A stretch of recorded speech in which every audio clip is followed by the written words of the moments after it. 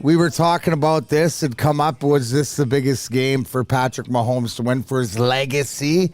Absolutely. To me, if he's getting up to that top, he climbed it. And you bring up great points of why, because the contracts to other guys that you're not going to be able to afford, and it's the old adage of making do. So they really, with what the success was, that's a successful sort of dynasty in the 5-year era. It was a crossroads. It was a crossroads in his legacy. Him, Andy Reid, all of it. And it came down to that. And you could hear the questions starting to be asked in the second quarter. You could hear the questions starting to be asked. And then he came out in the second half, and he was perfect. Yep. He was, with all apologies to Kurt Hennig, he was absolutely perfect. Yeah, nicely done. Thank you. But Sam Flannel, see, that's the interesting thing, right? Sam Flannel owns Mondays. Right, he's had two really big Mondays after the Michigan Wolverines beat Ohio State Buckeyes. He had a big Monday. He has a big Monday today. But the whole thing is sort of looking back to see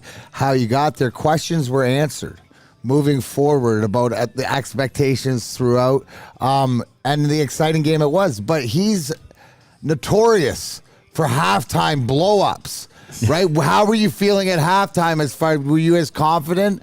Or were you not at halftime, and be honest? Well, of course I wasn't as confident, because in the first half it was the Chiefs' defense that couldn't get a stop. The Chiefs' defense actually gifted them a touchdown on a fumble by Jalen Hurts, but they couldn't get a stop to save their lives. Although, I will say this, I was pretty down in the dumps, but I did tweet that in the second half, Patrick Mahomes will lead the Chiefs to points on every single one of their second half drives. No, I don't have the script, and I'm not claiming to be Nostradamus. I just wanted to speak it into existence, and that, ironically enough, is exactly what happened. It was the Philadelphia Eagles defense that couldn't stop a nosebleed. It was Patrick Mahomes and the running game that was driving all up and down the field.